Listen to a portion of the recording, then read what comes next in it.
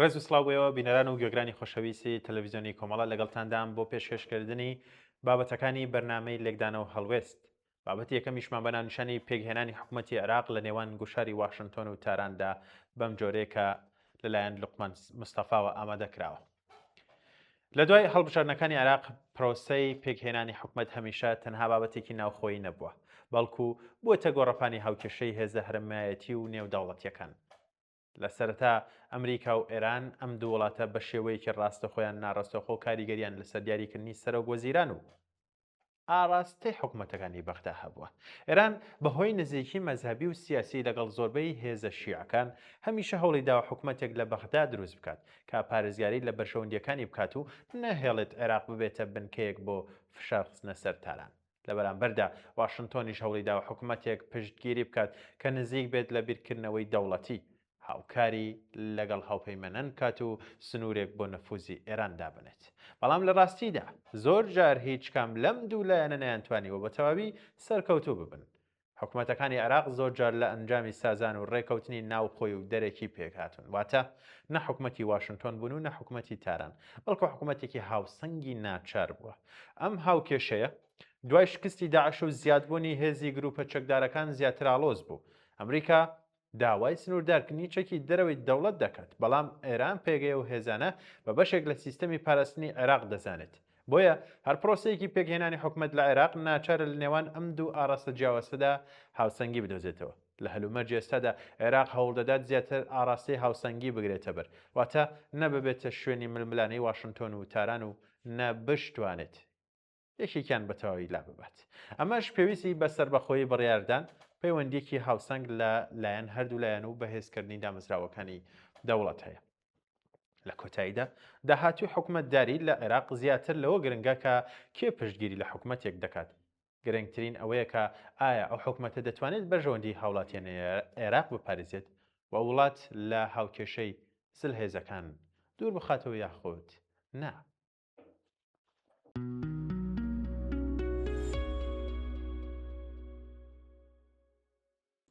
ڕۆڵی گەروی هۆرمز لە جەنگی ئەمریکا و ئێراندا بابەتێکە لەلایەن عەبدوڵڵا مەحموودەوە ئامادەکراوە بەم جۆرە دەست پێ دەکات.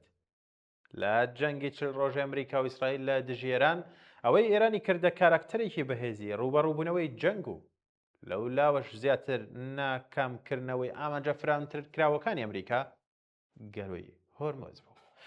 پاساوەکانی ئەمریکا بۆ دەستپێکی جەنگ، چەکی ئەتۆمی، پیتاندنی یۆرانیۆم، هێزە پرۆکسیەکان دوو سەرەکی ترین بانگەشە بوون و باسێک لە گەروی هۆرمز لە ئارادا نەبوو.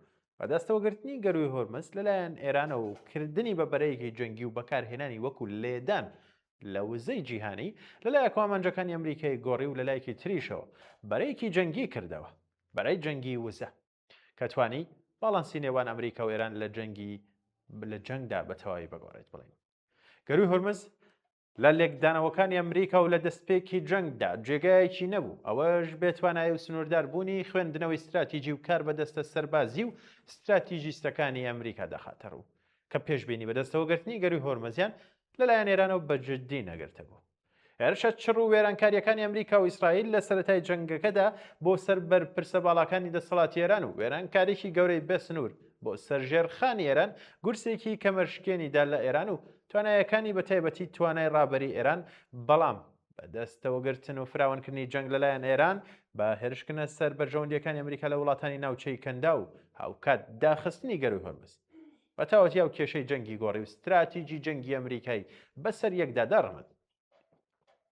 گەروی هۆرمز لە دیدی ئێرانەوە تەنها دەواازەیەک بۆ ڕێڕەوێکی ئاوی و وزەی ئابووری نێودەوڵەتی نیە، باڵکو چەکێکی کاریگەری جەنگیشە لە ڕاگررتنی باڵانسی هێز لەسەر ئاستی ناوچەکە و دنیادا.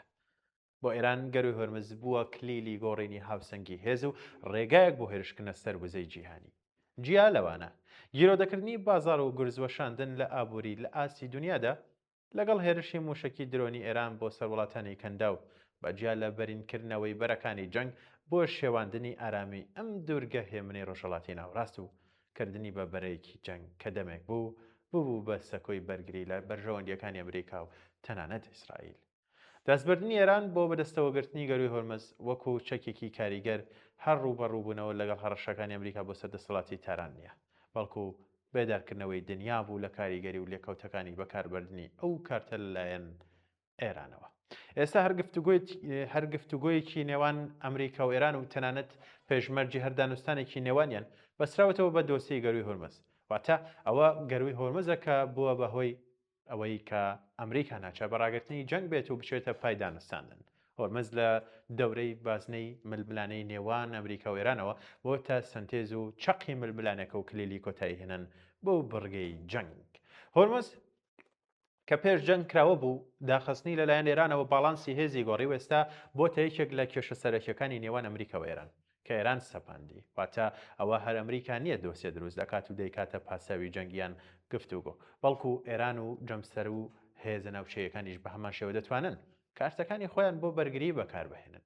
کارتی هۆرمز کارتی ڕاگررتنی ملهوڕی ئەمریکا و گواستنەوەی جەنگ بوو لە شارەکانی ئێرانەوە بۆ دەریای و وزەی جیهانی و گیرۆدەکردنی دنیا بە ئەزمەی وەزەوە. ئەگەر دۆسیە و کارتی هۆرمز بەدەست ئێرانەوە نەبووایە ئێران ناچار بە ملدان بە خواستەکانی ئەمریکا دەبوو. گەروی هۆرمز ڕێگای لە خۆڕادەستکردنی ئێران بە مەرجەکانی ئەمریکا گرت و لەوەش زیاتر بووە هۆکارێکی سەرەکی بۆ ڕاگررتنی جەنگ. وەڵامە موشکی درۆنیەکانی ئێران بە وەستانەوە بەڕووی ئەمریکا و ئەمەنجەکانیدا بە پێچەوانەی بەدەستەوەگرتنی هۆرمز زۆر لە هەواز بوو. کارتی گەروی هۆرمز خەڵی بەهێزی ئێرانە. هەوڵەکانی ئەمریکا چ لە ڕێگای گوشار و هێزی سەرباسی و گەمارەوە بۆ سەر هۆرمز بە لە دەستدانی دەرهێنانی کارتی هۆرمز لە دەست ئێران، بەڵام ئەو گوشار و ڕێگایانە تا چەندە دەتوانێت هۆرمز لە دەست ئێران دەربهێنێت. وادێت یان وا دێتە پێش چاو سەخت بێت ئەمریکا بتوانێت دۆخی هۆرمز ئاسایی بکاتەوە و بەر بۆ گورزە بگرێت کە بە وزەی جیهانی بازار و وزە کەوتووە و دەشکەوێت.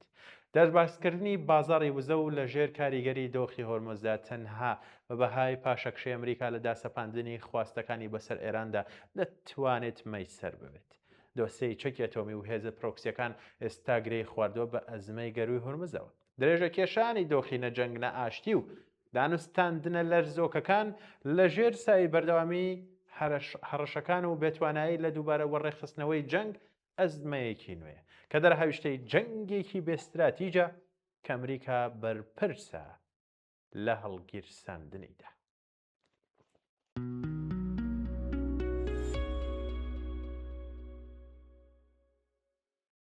بەڵێ بینەران بابەتێکی دیکەمان ئامادەیە بە ناونیشانەی کێ زانیاری نهێنی تاران و واشنتۆنی گەیاندە بازرگانانی وزە. راپۆرتێکە لەلایەن هاوڵاتیەوە وەرگیراوە. بەخت یان گەندەڵی کامیان لە پشت مامەڵە ملیارد دۆلاریەکانەوەن. لە بازرگانیدا زانیاری لە زێر بەنرخترە، بەڵام کاتێک ئەو زانیاریانە پێش گەیشتنیان بەڕای گەشتی بۆ دەستکەوتنی ملیارەها دۆلار بەکاردێن، چیرۆکەکە دەبێتە گومانێکی گەورە. لەناو جەرگەی گرشیەکانی نێوان واشنتۆن و تاران لەو کاتەی جیهان چاوەڕێی هەڵگیرسانی جەنگ یان ئاشتی بوو، لە پشتی شاشەکانی بۆرسەدا جوڵەیەکی نائاسایی هەبوو. تەنها چەند خولەکێک پێشەوەی دۆناڵد ترامپ یان بەرپرسانی ئێران بڕیارە چارە نووسازەکانیان ڕابگەێنن، چەند بازرگانێک بە ملیارەها دۆلار گرەویان لەسەر دابەزین و بەرزبوونەوەی نرخی نەوت دەکرد. زانیاریەکان باز لە 4 مامەڵەی سەیر و گوماناوی دەکەن کە بە هاکەیان لە 2.6 ملیارد دۆلار تێپەڕیەوە. 23 مارس تەنها 15 خولەک پێشەوەی ترامپ هەڕەشەکانی بۆ لێدان لە کەرتی کارەبای ئێران ڕابگرێت، 9 ملیارد دۆلار لە گرەوی دابەزینی نرخدا داندەدا. لە 7 نیسان چەند کاتژمێرێک پێش ڕاگەیاندنی ئاگربەست 960 ملیۆن دۆلار خرایە بازاڕی کڕین و فرۆشتنی نەوتەوە. لە 7 نیسان 20 خولەک پێش ئەوەی عەباس عێراقچی دڵنیای بدات کە گەروی هۆرمز کراوە دەبێت بە 760 ملیۆن دۆلار گرە و لەسەر دابەزینی نرخی نەوت کرا. لە 21 نیسانیش دیسانەوە تەنها 15 خولەک پێش بڕیارێکی دیکەی ترامپ 430 ملیۆن دۆلاری دیکە خرایە بازاڕی نەوتەوە. ئەم هاوکێشەیە وردا لە نێوان زانیاری نهێنی و کاتی جێبەجێکردن و وای کردووە کە وەزارەتی دادی ئەمریکا هەوڵەکانی بۆ دۆزینەوەی سەرداوەکان چڕ بکاتەوە. هەرچەندە هێشتا ناسنامەی بازرگانەکان دیار نییە، بەڵام پرسیارە گەورەکەش ئەوەیە ئەوەی ڕووی داوە بەهۆی بەختی بازرگانانەوە بووە یان دزە پێکردنی زانیاری لە ناوەندی بڕیارەوە بۆ گیرفانی بازرگانان. ئەم لێکۆڵینەوەی وەزارەتی دادی ئەمریکا ڕەنگە گەورەترین پەردە لەسەر گەندەڵی لە بازاڕی وزەدا هەڵبداتەوە کە تێیدا جەنگ و ئاشتی دەکرێنە کەرەستەیەک بۆ قازانجی خێراتر.